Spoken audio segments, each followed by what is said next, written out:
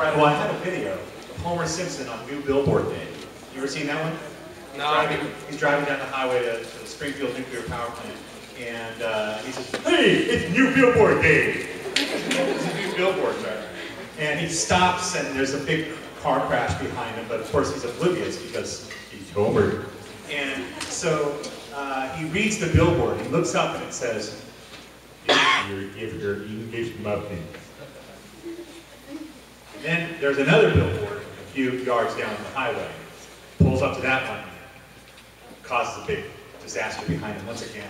And he reads it, and it's got a picture of a cowboy pouring barbecue sauce on the back of a cow.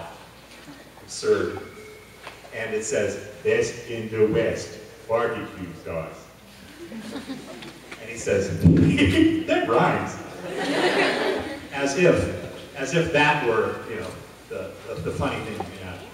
So, what I would have done had I been able to show you the video is I would have asked you, what do you notice about Homer's reading ability? Best in the West. He's hella slow, huh? Yeah. And how many of you guys consider yourselves like Homer readers? You're like, oh yeah, I've got to read again. Best in the West. Once upon a time there was a little, you know. How many of you guys, put it this way, how many of you guys consider yourselves non-readers? Okay, yeah, that's it. You don't want, it's not something you generally want to admit publicly, but no, I mean that a lot more people probably did not raise their hands than, what's the point? You know, you don't mean it. Okay? So there's a reason why some people are better readers than others, and I'm here to bring you the good news, and that is that it's not a permanent condition.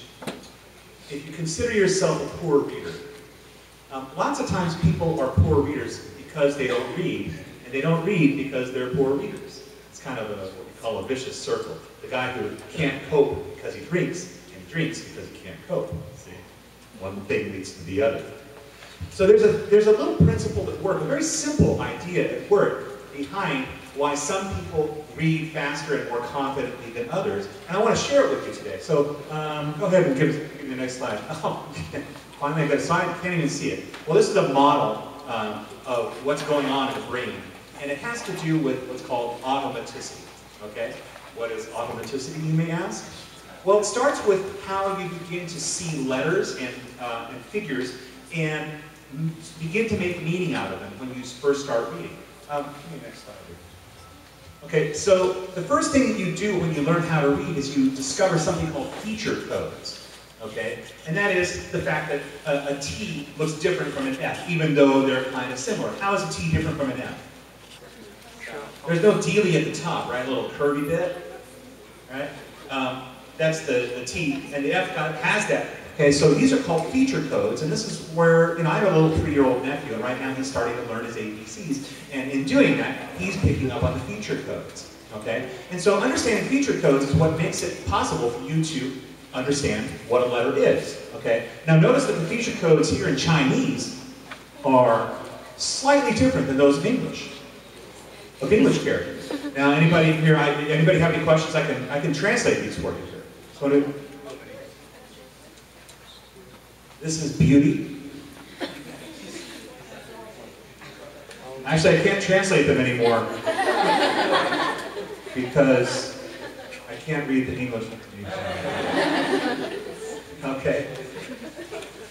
So, but my point about the Chinese here is that the reason that these things look quote-unquote foreign to anybody who doesn't speak Chinese or read Chinese character is the feature codes. So what happens next after feature codes?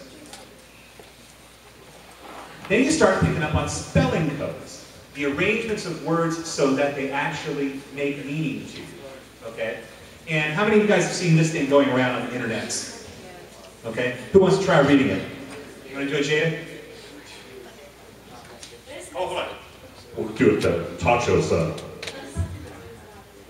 This message serves to prove how our minds can do amazing things, impressive things. In the beginning, it was hard, but now on this line, your mind is reading it automatically without even thinking about it. Be proud. Only certain people can read this. Okay. Yeah, good. I guess I'm going to have to raise her grade a little bit. Get you out of D-land. No, I'm just joking at your expense. Okay, so Now, the truth is that everybody can read this. Reading this is not especially different than having to decode somebody's handwriting, okay? And it's just like a sloppy version of handwriting that we all have to kind of translate when we read it. So what's happening here is something called spelling codes. And you're getting to the point where it's becoming automatic, where even if it begins to look like a word you're familiar with, your mind picks up on it. That's why people wear that shirt that says FCUK. You know that shirt? Yeah. Because everybody knows what it actually means, even though it doesn't spell out. You know, gives you your little Holden coffee. Okay, next one. All right, so automaticity is the point at which you can read through text without thinking about it. Okay? You're not going once, like a child, like a first grader, saying, once upon a time there was a boy named Jack. Okay? Instead, you see once upon a time, and what? You read it as a whole chunk. You've gone from feature codes to spelling codes to whole chunks of text. And that's why Dr. Seuss is kind of a genius. This is from the classic Green Eggs and Ham, right? Look what's happening here. Little kids are supposed to be reading this. I will not eat them in a house. I do not like them with a mouse. I do not like them here or there. I do not like them anywhere. What's happening in that text that's reinforcing automaticity? We've got house in the first line. Notice it's followed, it ends with mouse in the next one.